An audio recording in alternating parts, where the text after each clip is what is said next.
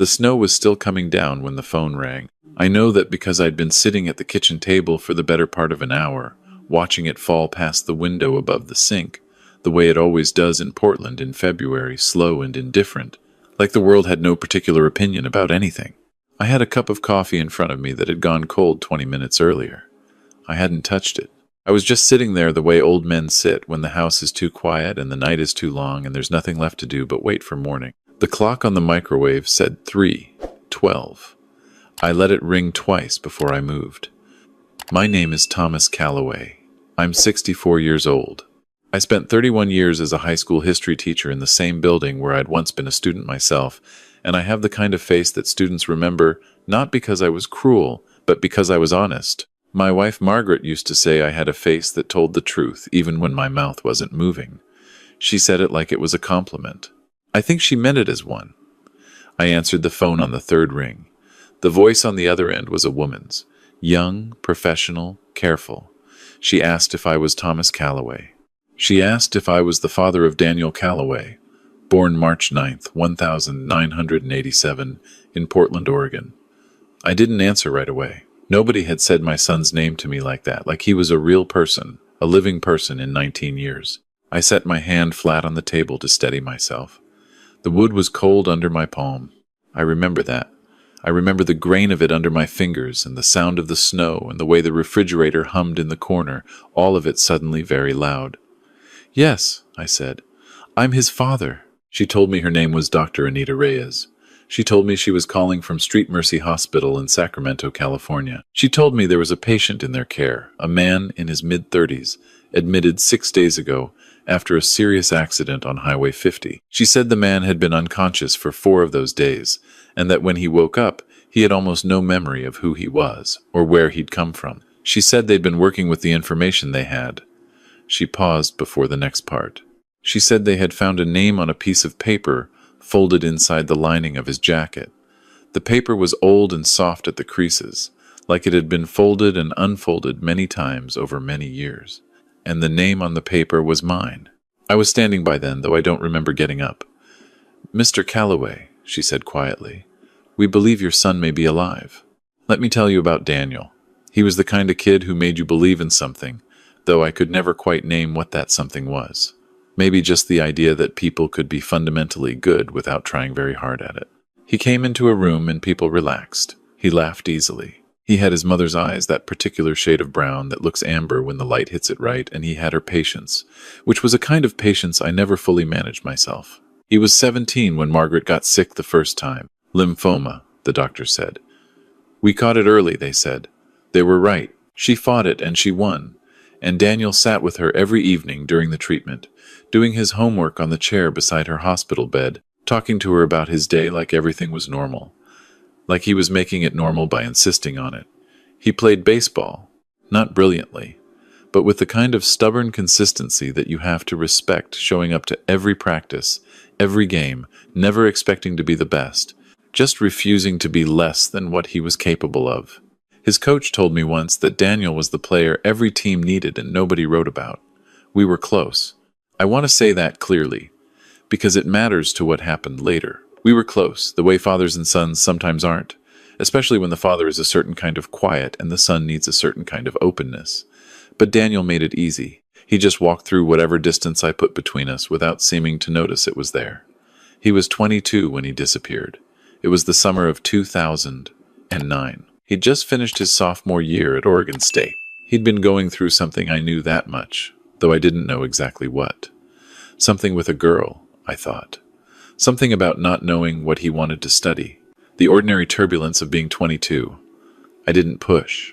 I gave him space because I thought that was what he needed, and I have spent 19 years wondering if that was the worst decision I ever made.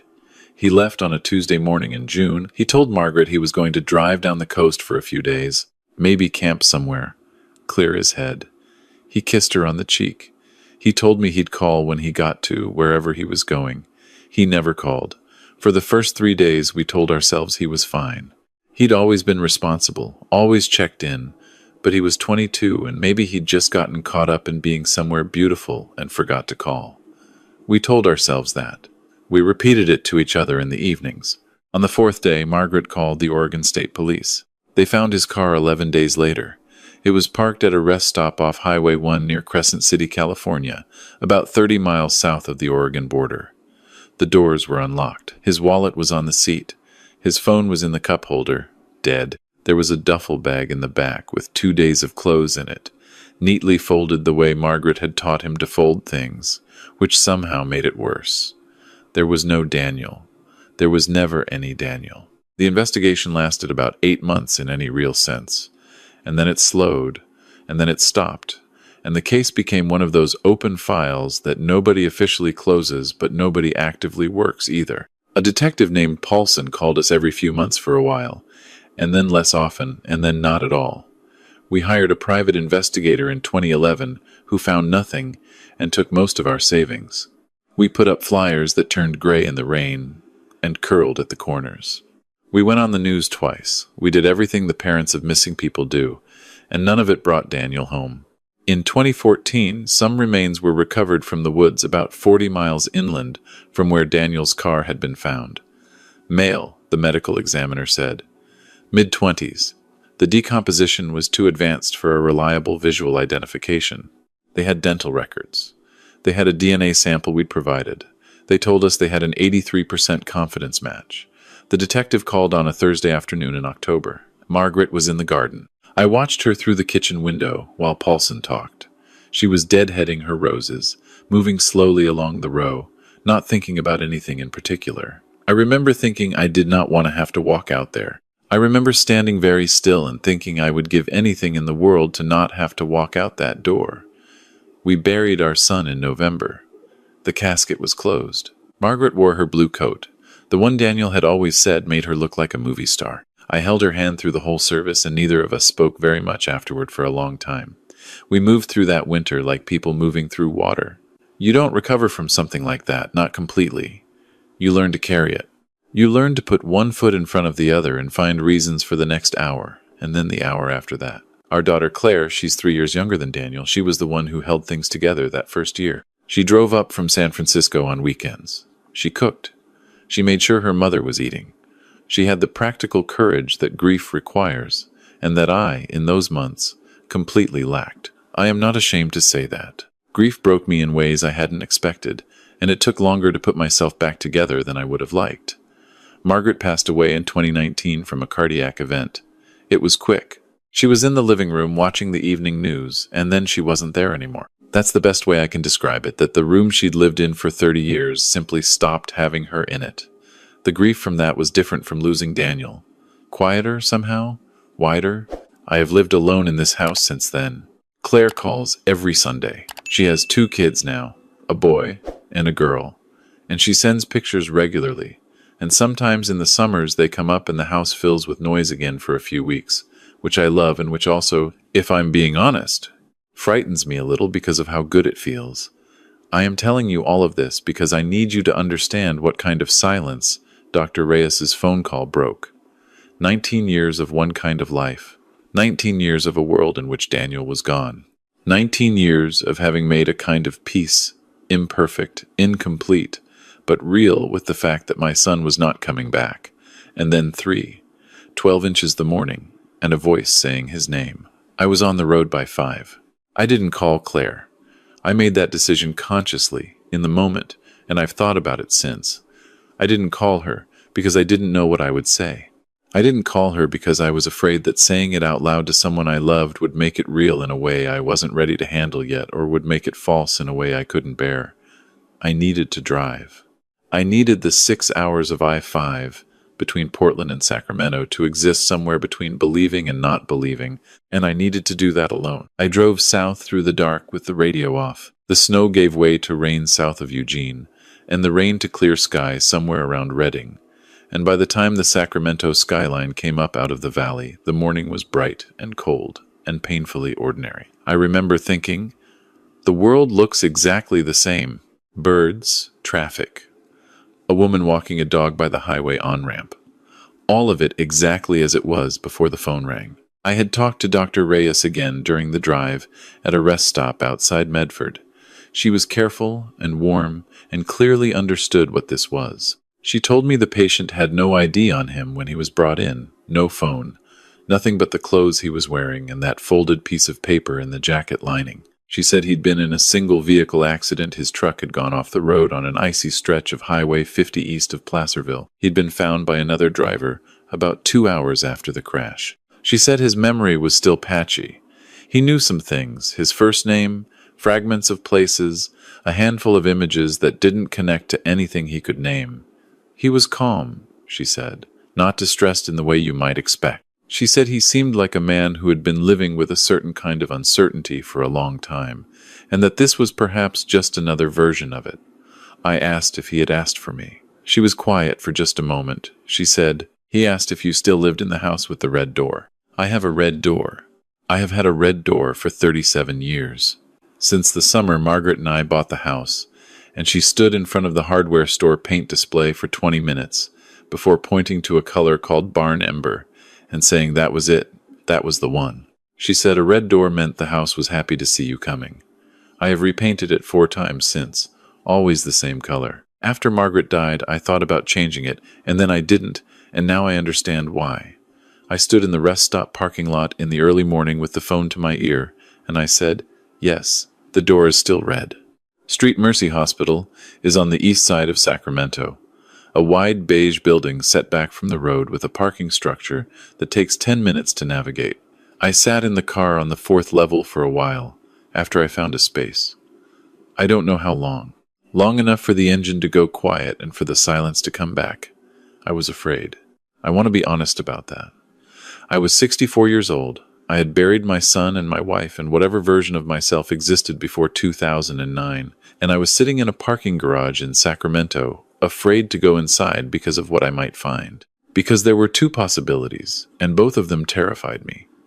The first was that the man in that hospital room was not Daniel, that he was someone else who happened to have a piece of paper with my name on it, that I would walk in and look at a stranger's face, and drive back to Portland alone with everything exactly as it had been the day before.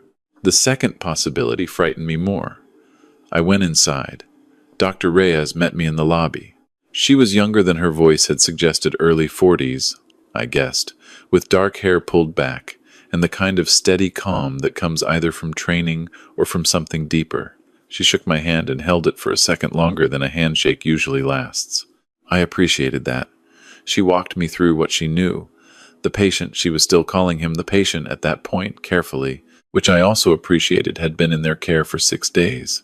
The head injury was serious but not permanently damaging, she believed. His memory loss appeared to be what she called dissociative, as well as physical, meaning it wasn't only the concussion. She said sometimes trauma, long-term and accumulated, could produce these kinds of gaps, the mind protecting itself. I asked her about the DNA. She said they'd run a test as soon as they understood the situation. She said the results had come back that morning, before she called me. She stopped walking. She looked at me with that same quiet steadiness. She said, "Mr. Calloway, the DNA confirms it. He's your son." I have tried a number of times since then to find the right words for what happened to me in that hospital corridor in the moment she said those words, and I haven't been able to do it. It wasn't what I expected, which was a flood of something, relief or joy or grief or all of it at once. It was more like a structure collapsing. The careful architecture of the last 19 years, the understanding I had reached, the peace I had built, the way I had learned to speak about Daniel in the past tense without my voice breaking, all of it fell apart in about 3 seconds. I put my hand on the wall. I stayed there for a moment. Dr. Reyes put her hand lightly on my shoulder and didn't say anything, which was exactly right. Then she walked me to room 214. The door was partially open. She knocked twice, softly, and pushed it wider. He was sitting up in the bed. He was 37 years old. He was thinner than I remembered. The face was sharper, the shoulders narrower, the kind of thinness that speaks of years rather than days. He had a bandage on his left temple and a split on his lower lip that was healing. His hair was longer than it had ever been when I knew him, dark brown going gray at the sides, in a way that startled me more than anything else, because I had last seen him at 22, and gray hair at the temples was a thing I had never imagined for him. His eyes were the same. That amber brown when the light hits it right. Margaret's eyes exactly. He looked at me, and something in his face shifted, not recognition. Not exactly. Not the sudden, absolute knowing that you see in movies. Something slower than that. Something like a word arriving in a language you thought you'd forgotten. "Hi," he said. His voice was quiet and a little rough from the injury. I stepped into the room. My legs were working on their own. I stood at the foot of the bed and looked at my son, and I tried to find something to say that wasn't completely inadequate, and I couldn't.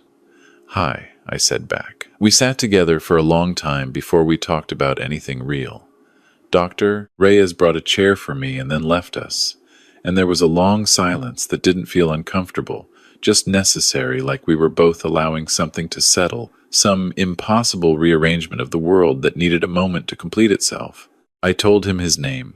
I told him his birthday and where he was born and the name of his mother, and I watched his face as I said each thing, looking for the places where it landed. Some of it seemed to touch something in him. Some of it didn't reach. The memory, Dr. Reyes had told me, might come back in full, or in pieces, or it might not come back in a particular order. There was no predicting it. I told him about the red door. He said, "I knew it was red. I've known that for a long time. I couldn't remember why." I told him about Margaret.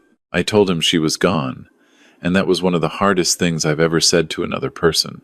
Watching his face when I said it, the flash of something, a loss that couldn't fully find its name yet, because he was mourning someone he could not quite remember. "That is a grief I don't have a word for," he said. "She loved roses." I said yes. He said, "Pink ones." I said yes. Pink and a few white. She always complained that the white ones didn't perform as well, but she kept planting them anyway because she liked the contrast.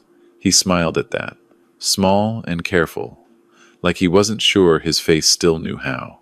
I asked him, eventually, carefully, about the years between. Not all at once. Over time, over several visits in the days that followed, the pieces came together incomplete, non-linear, some of it hazy and uncertain, in ways that may never fully clear. What I understand now is this. He had left that Tuesday in June in a state that I had not fully recognized as serious. Not just turbulence. Something darker than that. He had driven down the coast without a destination, stopped at the rest stop, walked into the trees, and stayed there not by any deliberate plan, but because he couldn't make himself get back in the car. The human mind in certain kinds of crisis stops being able to imagine the future, even the next hour. He couldn't see what came next, so he stopped. He had been found by a man camping in the area who helped him, didn't ask many questions, let him stay for a few weeks. After that movement, seasonal work, orchards, mostly, Central California, parts of Nevada. Keeping to himself, using cash, not seeking anything in particular, a kind of drifting that had its own rhythm. He knew his name, he knew fragments, but there was something in him that had severed the line back to everything that name meant. And for years he had let it stay severed because going back felt impossible, and staying gone felt survivable. He had kept the paper with my name on it. That's the thing I kept returning to. Through all of it, the years, the distance, whatever complicated exile he'd been living inside, he had kept a piece of paper folded in the lining of his jacket with my name and phone number on it. He didn't know when he'd put it there. He didn't know if it had always been in that jacket or if he'd moved it from another one at some point. He just knew he hadn't been able to throw it away. I asked him why not. He thought about it for a while. He said, "I think I was saving it." "For what?" He looked at the window. The Sacramento light in mid-February is pale and thin, not much warmth to it. He was quiet for a moment. "For when I was ready," he said. "I want to say something here about anger, because people have asked me about it. Claire asked me about it. A friend asked me about it, whether I was angry at Daniel for what he'd put us through, for the years of not knowing, for the investigation and the costs and the grief and the burial of what turned out to be someone else. Whether I felt, underneath everything else, a rage that he had chosen this. The honest answer is, not then. Not in those first days. Maybe that's something that comes later, in a different form, in the ordinary negotiations of trying to rebuild a relationship after something like this. Maybe there is something that needs to be worked through, and it will take time and probably some difficult conversations and perhaps someone else in the room to help us do it right. But in that hospital room, no. What I felt was not anger. What I felt was the particular gratitude of a man who had been carrying the weight of an absence for 19 years and had set it down. It was not all the way joy. It was something quieter and stranger than joy. It was just the weight lifting. Claire came down on the third day. I don't quite have the word for what Claire was. She stood in the doorway of room 214 and looked at her brother, and then she walked to the bed and sat on the edge of it and took his hands and held them for about 3 minutes without saying anything. Daniel cried. Claire did not right then. She held it with the same practical courage she'd brought to every hard thing. Later, in the hallway, I heard her crying very quietly, alone. She did not ask him why, not yet. She understood, I think, what I had understood, that there was time for that, and the time was not now. She brought photographs. She'd gone through old boxes before she drove up, and she brought a folder of printed photos, birthday parties, vacations. The summer we rented a cabin on the coast when Daniel was 12, and Claire was 9, and both of them spent 3 days convinced there was a ghost in the attic. Daniel looked at each one slowly, turning them in his hands like he was reading something in a foreign language that he'd once known well and was beginning to remember. There was a picture of the 4 of us in front of the house. Summer, probably 2003 or 2004. Margaret and I are standing side by side, squinting slightly into the sun. Claire is on my left, 12 years old, already with that particular expression she has, where she is tolerating the photo but barely. Daniel is on the right, and he is laughing at something just outside the frame, mouth open, the way he used to laugh full and without reservation. He held that picture longer than the others. I noticed what he was looking at. Behind us, slightly out of focus but unmistakable, the red door. He set the photo down on the blanket and left his hand on it. I want to see the house, he said. It took 3 more weeks before he was medically cleared to travel. The head injury required monitoring. The memory was assessed again and again, and Dr. Reyes sat with us several times to explain what was happening in terms I mostly followed and some I didn't. There was a counselor she brought in, a man named Ferris, who had a way of asking questions that didn't feel like interrogation. He worked with Daniel every day. He worked with me twice, which I hadn't expected, and found more useful than I would have predicted. On a Tuesday in early March, I noticed the day. Didn't say anything about it. We drove out of Sacramento. I had rented a larger car for the trip back. Daniel rode in the passenger seat. Claire followed in her own car, driving up to Portland before going back to San Francisco. We stopped twice on the way up. We talked. We didn't talk. We listened to the radio, and at one point Daniel laughed at something a radio host said, and it sounded different from his laugh in the hospital lighter. More like I remembered. I didn't say anything. I just noted it. We came off the highway into Portland as the afternoon was going soft, that late winter light that makes the city look like a painting of itself. I took the surface streets instead of the direct route, without planning to. I went slowly. We turned onto our street. The house looked the way it always does, modest, familiar, the oak in the front yard still leafless in March, the garden Margaret kept along the front walk still waiting for spring. Everything in its place, unchanged. I pulled into the driveway and cut the engine. Daniel was quiet. He was looking at the door. We sat there for a moment, the way you sit when something is ending and beginning at the same time and you don't want to rush it. He got out of the car. He walked up the front path. He stood in front of the door, the barn ember red, the color his mother chose 37 years ago because she said it meant the house was happy to see you coming. He put his hand flat on it. Not to knock, not to open it, just to touch it. The way you might touch something you thought you'd lost, before you do anything else. I stood on the path behind him and said nothing. After a moment he turned around. His eyes were wet, and he looked like himself, like the version of himself I had held in memory for 19 years, and he also looked like a man I didn't entirely know yet, which is simply the truth of where we are. There is work ahead of us. There are conversations we haven't had, things that haven't been named, grief that belongs to both of us that we'll need to figure out how to share. It won't be easy, and I won't pretend I know how it goes. But he was there. He was standing on the path in front of the house where he grew up, and the door behind him was red, and the oak in the yard was beginning, very slowly, to show the first small suggestion of buds. He said, "Can we go in?" I said, "That's what the door's for." He smiled at that. Small and careful like before, but wider now. I unlocked the door, and we went inside. There isn't a tidy ending to give you, because life doesn't run that way. Daniel is staying in the house for now. He sleeps in his old room, which has been a guest room for years, but which I never quite managed to make feel like one. The bookshelves still hold some of his things. The old baseball trophy still sits on the top shelf, still slightly tilted, the way it's always been tilted. He sees a therapist 3 times a week. His memory continues to return in its own order, its own time. Some mornings he comes downstairs and tells me something he remembered in the night. A smell, a sound, a fragment.